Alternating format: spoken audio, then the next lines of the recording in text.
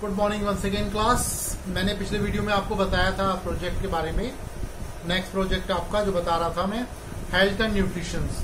Health and nutritions क्या है, इसमें मैंने आपको बैलेंस डाइट बताया, न्यूट्रिशंस बताया और न्यूट्रिएंट्स बताया। न्यूट्रिशंस और न्यूट्रिएंट्स में थोड़ा सा डिफरेंस है, आप लोग इसमें कंफ्यूज हो जाएंगे। तो अगर न्यूट्रिशन एक प्रोसेस है और न्यूट्रिएंट्स जो है वो एक कंपोनेंट्स है जो हमारी बॉडी के लिए जरूरी है। ठीक है, तो आप ध्यान रखें। अब मैं आपको न्यूट्रिएंट्स के बारे में बताने जा रहा हूँ। न्यूट्रिएंट्स कह लीजिए या न्यूट्रिटिव कंपोनेंट्स कह लीजिए। न्यूट्रिटिव कंपोनेंट्स दो तरीके के होते हैं, जिनको हम न्यूट्रिएंट्स कह लीजिए या न्यूट्रिटिव कंपोनेंट्स कह लीजिए। तो सबसे पहले आपका न्यूट्रिटिव कंपोनेंट्स में macro nutrients, number 1 is macro nutrients. Macro nutrients क्या होते हैं? एक मैक्रो न्यूट्रिएंट्स, दूसरे होते हैं माइक्रो न्यूट्रिएंट्स। तो सबसे पहले मैं आपको मैक्रो न्यूट्रिएंट्स बताने जा रहा हूँ। मैक्रो न्यूट्रिएंट्स क्या है? तो आपकी बॉडी को की जो रिक्वायरमेंट है वो, जिसको आपकी बॉडी की लार्ज क्वांटिटी में रिक्वायरमेंट होती है, बहुत ज्यादा रिक्वायरमेंट होती है, वो आपके मैक्रो न्यूट्रिएंट्स कहलाते हैं या मैक्रो न्यूट्रिटिव कंपोनेंट्स कहलाते हैं। तो मैं आपको दूसरी बता रहा था कि लार्ज क्वांटिटी में कौन कौन से मैक्रो न्यूट्रिएंट्स आते हैं। सबसे पहला कार्बोहाइड्रेट। कार्बोहाइड्रेट क्या चीज है? कार्बोहाइड्रेट आपकी बॉडी को एनर्जी देता है, आपकी बॉडी के लिए बहुत जरूरी है। और कार्बोहाइड्रेट जो है सबसे पहले आपकी बॉडी को रिकवरी देता है। ठीक है, और सबसे ज्यादा जो आपकी बॉडी को मसल्स के लिए की एनर्जी के लिए बहुत ज्यादा जरूरी होता है। और कार्बोहाइड्रेट किन किन चीजों में पाया जाता है ये मैं आपको बताऊंगा। और कार्बोहाइड्रेट क्यों जरूरी है? कार्बोहाइड्रेट हमको एनर्जी देने के लिए, हमारी बॉडी को एनर्जी प्रोवाइड करने के लिए बहुत जरूरी है, पहली चीज। दूसरी चीज, ये किन किन चीजों में पाया जाता है? कार्बोहाइड्रेट, इसको हम कार्ब कहते हैं, सबसे ज्यादा ये पाया जाता है राइस में, केले में कार्बोहाइड्रेट पाया जाता है, बनाना में। उसके बाद और दूसरी चीजें हैं, मिल्क में भी कार्बोहाइड्रेट आपको मिल सकता है। और उसके बाद आता है आपका ब्रेड है, जितने भी ग्रेन्स के प्रोडक्ट होते हैं उसमें कार्बोहाइड्रेट रिच फूड में पाया जाता है। वेजिटेबल्स में अगर देखा जाए तो ये आपका पोटैटो में कार्बोहाइड्रेट बहुत अच्छी मिकदार में आपको अवेलेबल रहता है। तो कार्बोहाइड्रेट आपकी बॉडी को सबसे पहले इंस्टेंट एनर्जी प्रोवाइड करता है। इसके बाद आता है नंबर टू प्रोटीन। प्रोटीन क्या है? प्रोटीन आपकी मसल्स के बिल्डिंग ब्लॉक्स की तरह काम करता है। आपकी मसल्स को रिपेयर करना और आपकी मसल्स को जनरेट करना, आपकी टिश्यूज को जनरेट करना, रिपेयर करना, ये सारी चीजें प्रोटीन के थ्रू होती है। और प्रोटीन हमारी बॉडी के लिए बहुत जरूरी है। कितना प्रोटीन हमको चाहिए, किस मिकदार में चाहिए, किस फॉर्म में चाहिए, ये सारी चीजें मैं आपको बताऊंगा। तो सबसे पहले आता है प्रोटीन आपके लिए जरूरी क्यों है। मैंने आपको बताया मसल्स के डेवलपमेंट के लिए प्रोटीन जो है बहुत जरूरी है। आपकी बॉडी को रिपेयर करता है, मसल्स को रिपेयर करता है और आपको जो है एक स्ट्रॉन्ग बॉडी स्ट्रक्चर प्रोवाइड करता है। इसके लिए आपको प्रोटीन की जरूरत होती है। प्रोटीन आपको कितना चाहिए, अब सवाल ये आता है। तो प्रोटीन आपको जितना आपका बॉडी वेट है, जितने केजी आपका बॉडी वेट है, उतने ग्राम प्रोटीन आपको पर डे चाहिए। और अगर आप फिजिकल एक्टिविटीज ज्यादा करते हैं, आप स्पोर्ट्समैन है या आप समझ लीजिए एथलीट हैं, तो ये सारी चीजें अगर आप फिजिकल एक्टिविटीज ज्यादा करते हैं तो इसको आप जस्ट डबल कर दीजिए। सपोज दैट आपका वेट जो है 70 kg है, तो 70 ग्राम प्रोटीन आपको नॉर्मल स्टेज में चाहिए ही चाहिए। और अगर आप फिजिकल वर्कआउट ज्यादा करते हैं तो आपको 70 × 2 यानी 140 ग्राम प्रोटीन आपको पर डे चाहिए। ये कॉमन फॉर्मूला होता है, आप अच्छे से समझ सकते हो। ये आपको सब लिखना है इसमें, ठीक है। इसके बाद आता है आपका प्रोटीन आपका किस चीज में होता है। सबसे पहले आप कह लीजिए, अगर वेजिटेरियन में देखें तो दाल में सबसे ज्यादा प्रोटीन होता है, ठीक है। सोयाबीन में सबसे ज्यादा प्रोटीन होता है।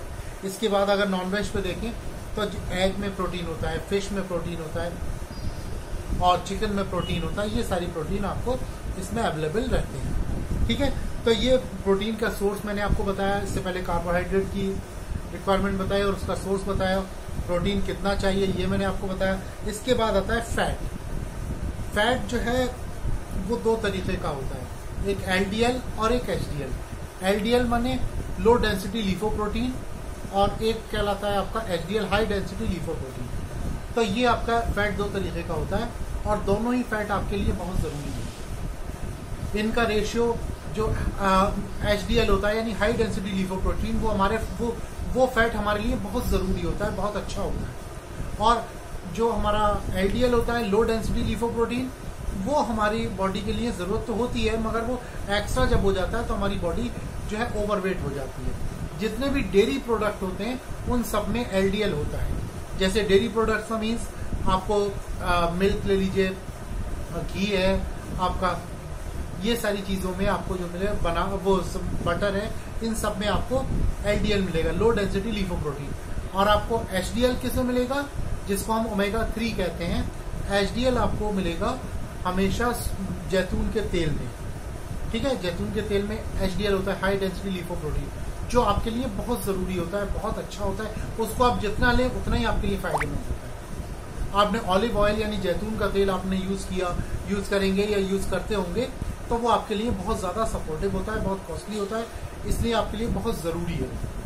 फैट हमारे ब्रेन का बहुत ज़्यादा पार्ट ही इसी फैट से बना हुआ होता है। ये फैट हमारे लिए बहुत अच्छा होता है, जिसको हम ओमेगा 3 बोलते हैं।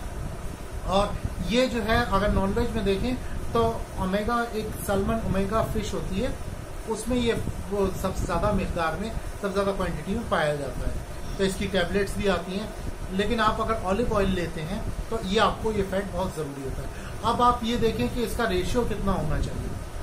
HDL और LDL का रेशियो, अगर HDL 1 है तो LDL यानी डेयरी प्रोडक्ट वाला जो फैट है लो डेंसिटी लिपोप्रोटीन, ये आपका 5 होना चाहिए, 1:5। लेकिन क्या होता है, हम HDL, जो हमारा HDL है जिसकी रेशियो 1 होना चाहिए, वो तो 1 ही रहता है, लेकिन ये हमारा मोर देन 20 पहुंच जाता है, जबकि हमारा 5 होना चाहिए। तो मोर देन 20 पहुंचता है तो हमारी बॉडी जो है वेट गेन करने लगती है, कोलेस्ट्रॉल लेवल बढ़ने की वजह से हमारे जो है हार्ट की प्रॉब्लम, बहुत सारी प्रॉब्लम्स क्रिएट होने लगती हैं। तो ये जो है LDL, ये बहुत ज़्यादा बढ़ने की वजह से हमें बहुत सारी प्रॉब्लम्स होती हैं। अगर हमें इसको कम करना, या तो हम इस फैट को कम करें जो हमारा 1 से लेके 5 से लेके 20 तक पहुंच जाता है, तो आपको चाहिए कि आप इसको कम करें। इसको कम करें तो फिर अगर इसको कम नहीं कर पा रहे हैं तो आप इसको बढ़ा दीजिए, इसको डबल कर दीजिए, इसको ट्रिपल कर दीजिए, तब आपका ये जो है इस रेशियो को कम कर देगा। ये आपके जो आपका LDL फैट है ये उसको रिड्यूस करने में बहुत ज़्यादा सपोर्ट करेगा। तो ये सारी बात मैंने आपको फैट की बताई। ये भी आप ज़्यादा डिटेल में मेंशन करने की जरूरत नहीं, लेकिन आपकी नॉलेज में ये रहे ज़्यादा बेहतर है। तो ये मैंने आपको फैट के बारे में बताया। अब मैं आपको बता रहा हूँ न्यूट्रिटिव कंपोनेंट्स में आपके मैक्रोन्यूट्रिएंट्स मैंने आपको बताए थे, अब बता रहा था। अब आपका जो आता है आपका वो है अब आपका माइक्रोन्यूट्रिएंट्स आता है। तो माइक्रोन्यूट्रिएंट्स क्या है, जिसकी जरूरत हमको बहुत स्मॉल क्वांटिटी में, मिनिमम क्वांटिटी में जरूरत होती है, और वो है हमारे लिए vitamins and minerals. Vitamins and minerals हमारे लिए जो माइक्रोन्यूट्रिएंट्स हैं, ये भी हमारे लिए जरूरी है, लेकिन हमें इतनी लार्ज क्वांटिटी में हमें इसकी जरूरत नहीं पड़ती। विटामिन हमारी रोग प्रतिरोधक क्षमता को बढ़ाते हैं, मिनरल्स हमारी बॉडी को एनर्जी देने और हमारी जो एंटीबॉडीज है उसको एक्टिवेट करने में बहुत ज्यादा सपोर्ट करते हैं। तो ये जो है हमारी प्रोटेक्टिव टीम है हमारी बॉडी की। तो इसलिए विटामिन और मिनरल्स हमारे लिए भी माइक्रोन्यूट्रिएंट्स में है और एसेंशियल है। तो ये मैंने आपको न्यूट्रिएंट्स बताए, बैलेंस डाइट बताई, न्यूट्रिशंस बताए, मैक्रो एंड माइक्रो न्यूट्रिएंट्स बताए। नेक्स्ट टाइम मैं इस प्रोजेक्ट को आपके और कंटिन्यू करूंगा।